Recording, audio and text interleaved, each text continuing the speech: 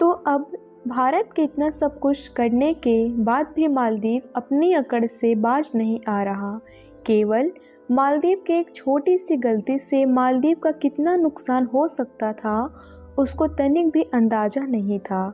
लेकिन अब जब मालदीव की अर्थव्यवस्था बिगड़ने लगी है तो उसको अपनी गलती का एहसास हो रहा है और मालदीव की अब समझ आने लगी है कि उसकी यह गलती उस पर कितनी भारी पड़ रही थी।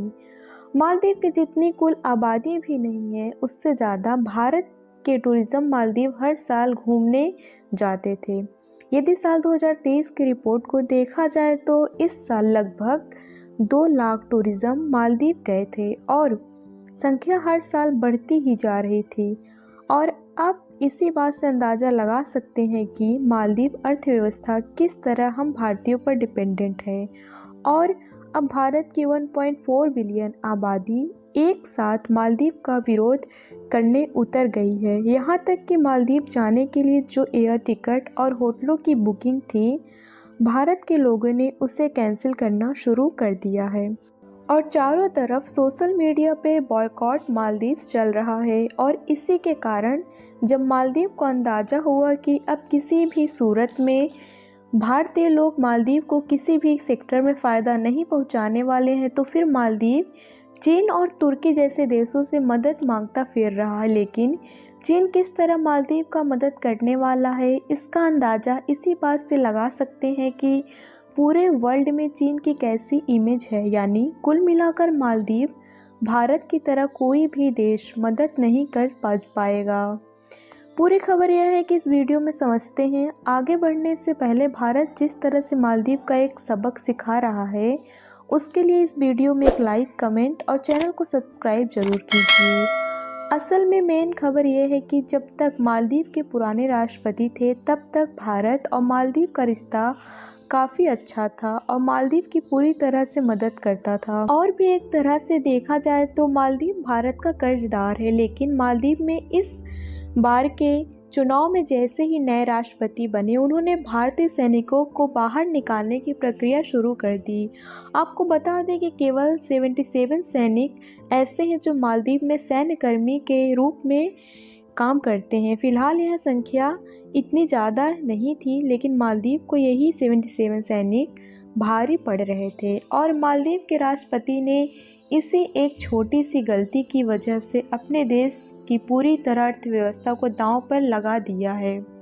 एक रिपोर्ट के मुताबिक हम भारतीयों का मालदीव की अर्थव्यवस्था में एक बहुत बड़ा योगदान है, क्योंकि हर साल लगभग 2 लाख लोग मालदीव टूरिज़्म के रूप में जाते हैं। और दूसरी सबसे बड़ी बात यह है कि मालदीव की पूरी अर्थव्यवस्था टूरिज़्म सेक्टर से ही बनी हुई है।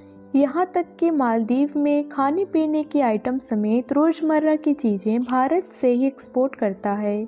और अगर भारत इसकी सप्लाई बंद कर देता है तो मालदीव कहीं का नहीं रह जाएगा। लेकिन अगर इन सब के बावजूद भी मालदीव अपनी अकड़ दिखाता है और भारतीय सैनिकों को बाहर करने की कोशिश करता है तो भारत सरकार चुप नहीं रहने वाली है।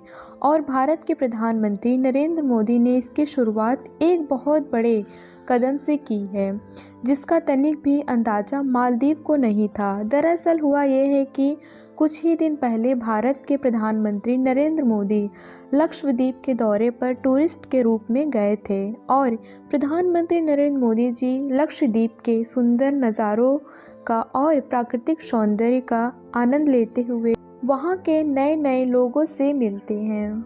और भारत के प्रधानमंत्री ने हम भारतीयों को यह संदेश दिया है कि जब हमारे भारत में ही सुंदर आइलैंड है जहाँ पर हम अपनी छुट्टियाँ बिताने के लिए आ जा सकते हैं। और उनका कहना है कि लक्षद्वीप मालदीव से भी ज़्यादा सुंदर है। यानी कि नरेंद्र मोदी जी लक्षद्वीप को मालदीव की अपेक्षा एक बहुत ही सुंदर और मनमोहक जगह बताते हैं। यानी कुल मिलाकर मालदीव जो अपने टूरिज़्म सेक्टर के बलबूते पे अकड़ दिखा रहा था, भारत ने उसको ठिकाने लगाने की तैयारी इस कदम से शुरू की। अगर आप इसी मैप को ध्यान से देखें तो लक्षद्वीप की दूरी मालदीव की अपेक्षा बहुत कम है और सुंदरता में मालदीव से कहीं ज़्यादा है। भारत के इसी छोटे कदम की वजह से मालदीव को अपनी औकात समझ आने लगी है, क्योंकि जो अगर भारतीय मालदीव टूरिस्ट के रूप में जाते थे वो अब लक्षद्वीप जाना पसंद करेंगे। भारत की जीडीपी में काफ़ी बड़ा योगदान जाएगा और साथ ही मालदीव की अर्थव्यवस्था पूरी तरह बिगड़ जाएगी।